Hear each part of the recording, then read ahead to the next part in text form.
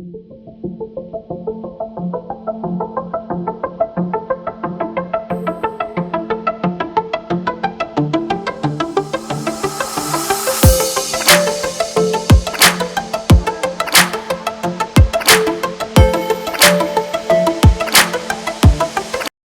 third speaker for today is the chair of the Association of Professional Futurists, or APF, the largest professional foresight association in the world. With a membership of 600 professional foresight practitioners and experts in over 60 countries. He is the chair of the Millennium Project Philippine Node, a global foresight research think tank and UNESCO chair candidate in anticipatory governance and regenerative cities. He has established himself in international futures thinking networks such as in Asia Pacific and Europe. He is the founder, executive director, and chief futurist of the Center for Engaged Foresight, a strategic foresight and futures innovation firm based in Manila, as well as co-founder, vice president, and chief futurist of the Philippine Futures Thinking Society, the only professional membership association of futurists and foresight practitioners in the Philippines.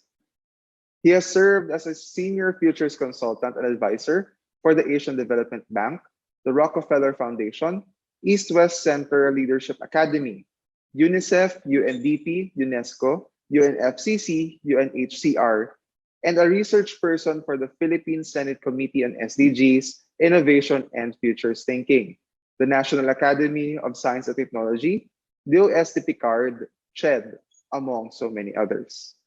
Currently a PhD in Future Studies candidate and scholar at the University of Sunshine Coast, Australia, and the Government of Australia. It is my pleasure to welcome our speaker for an introduction to strategic foresight and futures thinking, Professor Shermon O. Cruz. It's a real treat and honor to be with you today as we celebrate the World Engineering Day for Sustainable Development. As a futurist, engineering and sustainable development are two futurist topics that are really close to my heart. And before anything else, I would like to thank our dear President, Dr. Tir Soronkilio, for inviting me to be your research person and share some thoughts and insights from a decade of experience working and providing futures capacities for engineers and technology developers all over the world. And of course, Senator Pia Cayetano for her amazing work and commitment to advance foresight in education, public policy, and governance. And of course, last but not the least, the Philippine Futuristic Thinking Society, which I am a co-founder and currently its chief futurist for the amazing job and networking and actions that they have put into to create an ecosystem of futures and foresight practitioners in the Philippines.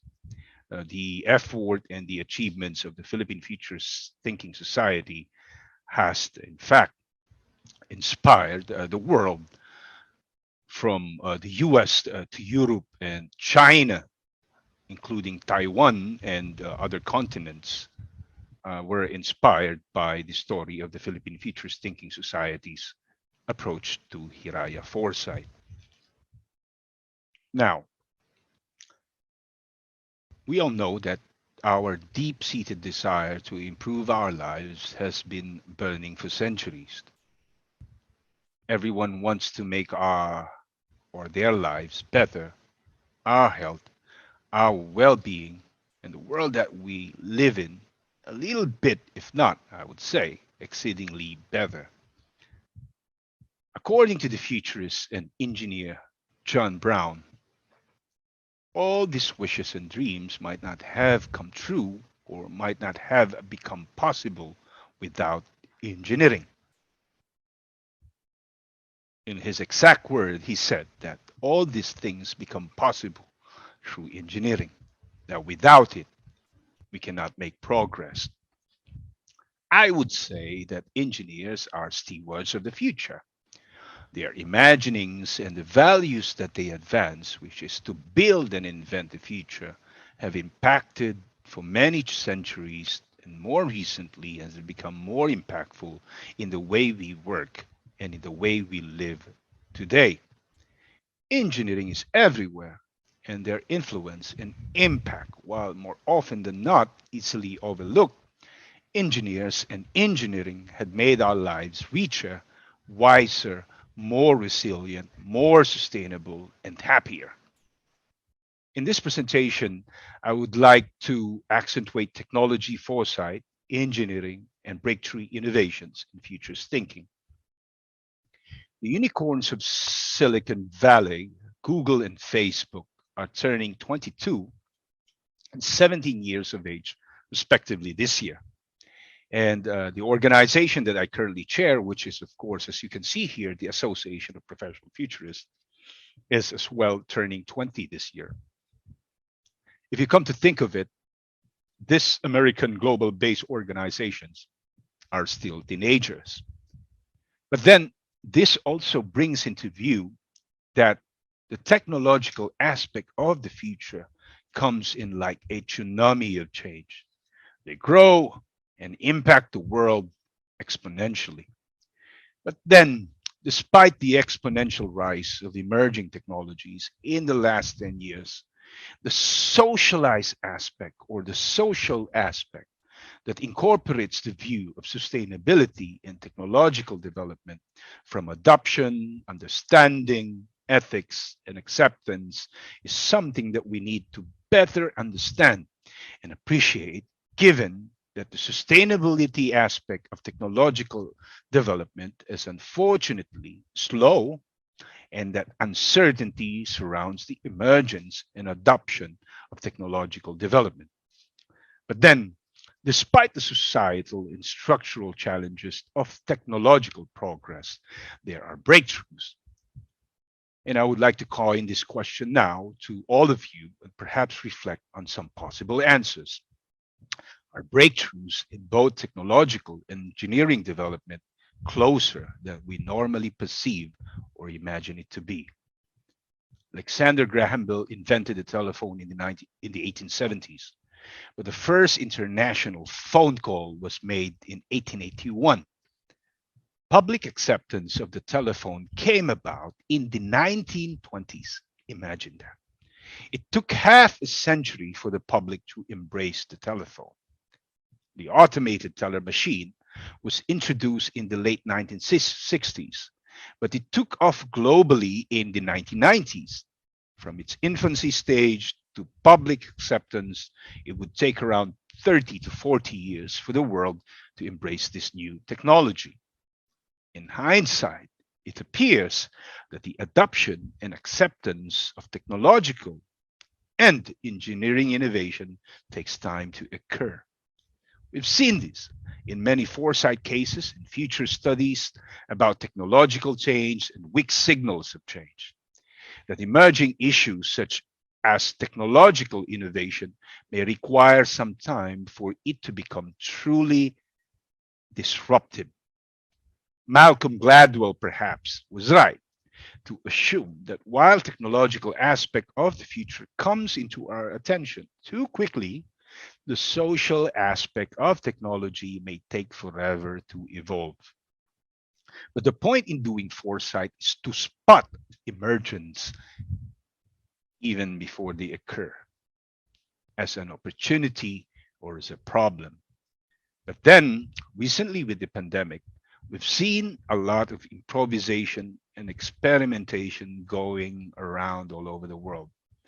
Suddenly, those emerging technologies, tools, and thinking platforms that were previously anticipated or perhaps predicted to occur in the next 20 or 30 years have, not surprisingly, became the subject of today's technological innovation, adoption, and investments. The question is, how might we be able to better anticipate deeper? Can anticipation or futures thinking help engineers build wiser with foresight and better understand the social and sustainability dimensions or impacts of technology or engineering innovations?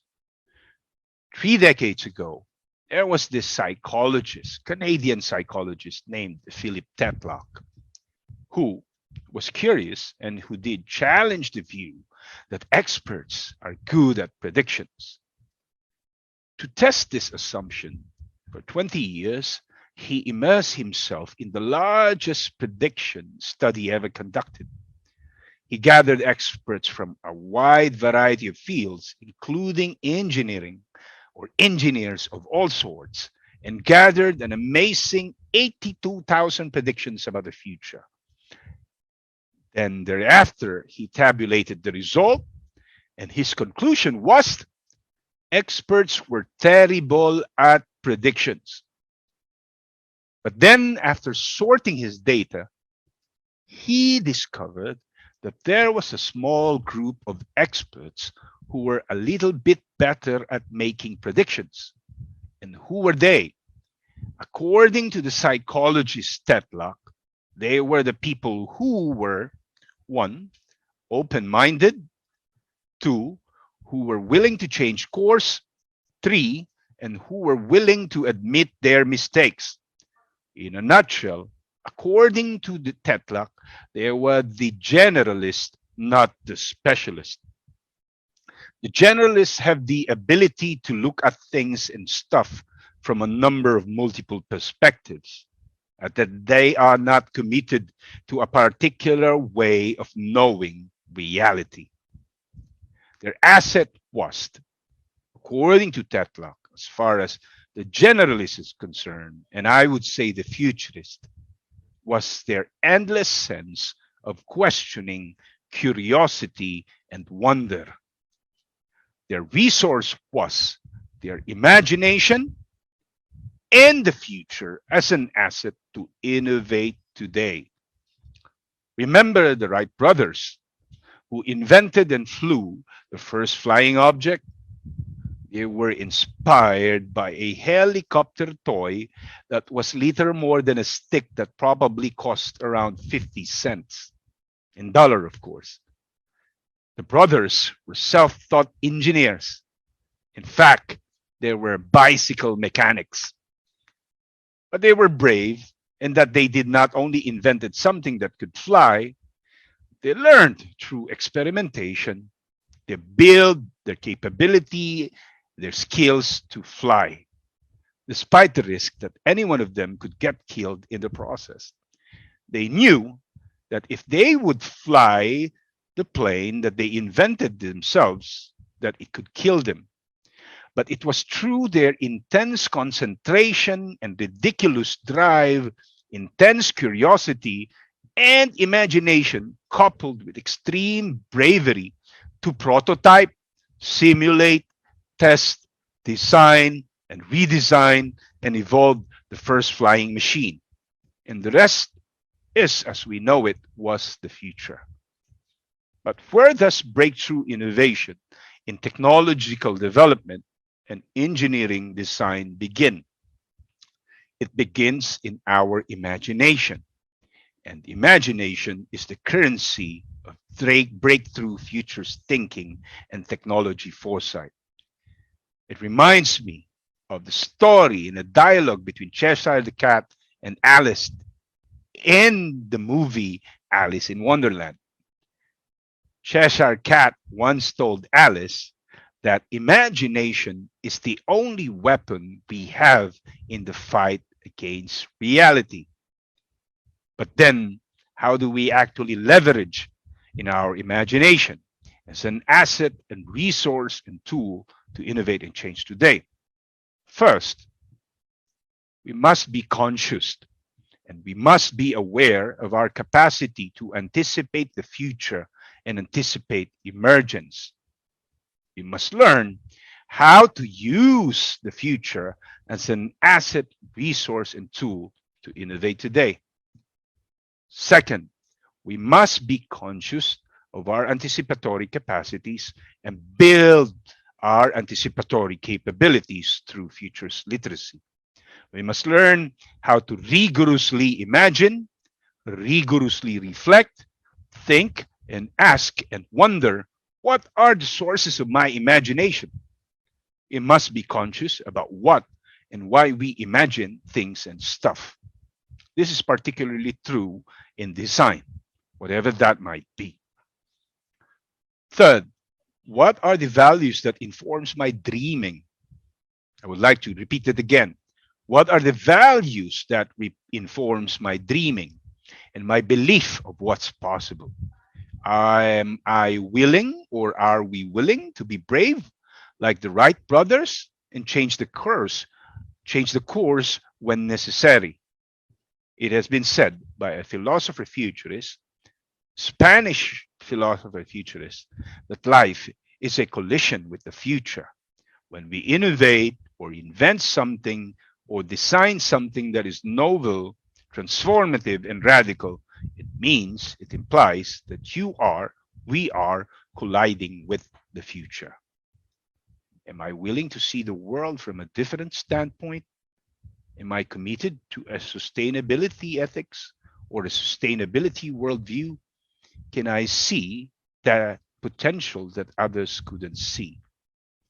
The future, my friends, is an agenda for knowledge and action. Are we brave enough to create the change that we wish to see today? Do we have the ability to change? For breakthrough engineering and technological progress to occur, two things are imperative or essential. One, improvisation. Improvisation is like a puzzle. You figure it out once you understand how it works. Second, experimentation. According to Jeremy Gotch, a futurist, experimentation is subtle. We must learn how to be patient as new ideas and breakthroughs takes time, as they are seemingly, especially when they are seemingly absurd, ridiculous, and different. But then we must also learn how to spot the subtle clues that hint toward great and extraordinary breakthroughs. How? Let us try to view the things and stuff that we intend to build from the outside. Distance yourself or ourselves a bit in order for you to see the horizon of possibilities, as it can be difficult to see the potential in something new when we're too invested in our projects and designs. So, distance yourselves a bit in order for you to see the horizon of multiplicity, of alternative future worlds, of alternative design, or speculative design. You know, distance yourself from the project that you are currently in. But then, how do you use foresight or futures thinking to propel breakthrough engineering and technology foresight? One, as a capacity and a capability in the context of futures literacy, we must learn how to reveal the future, reveal what is obvious, reveal the low hanging fruit, reveal what are the future that we are consciously knowing about. Once the future is revealed, we must ask ourselves, is this the design or engineering breakthrough or engineering idea that I want? If the answer is no, or even yes, then perhaps we must still learn how to reframe it. Because I think in the context of design, reframing is a very critical, important element of speculative design, which is, of course, reframing things, reperceiving things and stuff from the future and trying to understand and reflect and make sense. How might it look like, or how might a product or service or a design evolve in the future with some drivers of change in mind? So reframing is the process of rigorous imagination. You just don't imagine for the sake of it, but rather you question the way you imagine in things, and from that constant questioning, we reframe the future. Third, we must learn how to consolidate the insights, because futures thinking and foresight conversation is not just about anticipating the future, but if done in a way that immerses people into the process of rigorous imagining, we generate insights. And once we generate the insights, we consolidate them and develop new narratives of the future. whether it is engineering or technology or planning, strategy development, and public policy. But then it doesn't end with consolidating insights. You must learn how to determine, okay, what are the essential and critical next steps that I can do on Monday morning to enable me to create the future that I want in 2040 and act on them today. That leads to the next point that I would like to accentuate, which is learning how to act from the future. And of course, it begins with building a culture of smart and clever foresight. That is, how are you going to do and build a clever and smart foresight within, for example, in Batangas State University or in the engineering community? One is that we must train our brain and create an organizational neural network to be more creative, prioritize the pursuit of new ideas and insights. If you want to engineer the world of tomorrow, I think that is the way to go. Prioritize the pursuit of new ideas, imaginations, and insight. Learn and map what kind of innovator and engineer you are, like asking yourself, what's your future or innovation archetype? Are you the dreamer? Are you the lover? Are you the explorer or the navigator? Or are you the engineer who envisions the future of human civilization? What's your primary and secondary trait as a breakthrough engineer and innovator? But then, of course, as people try to explore ways by which they can break through in the future, is that you can also perhaps, if we are immersed into the process of foresight, help us leapfrog into the future. You have to note that innovation requires us to have a long, hard, and deep look about the future. Live in the present, but do look far, far ahead into the future.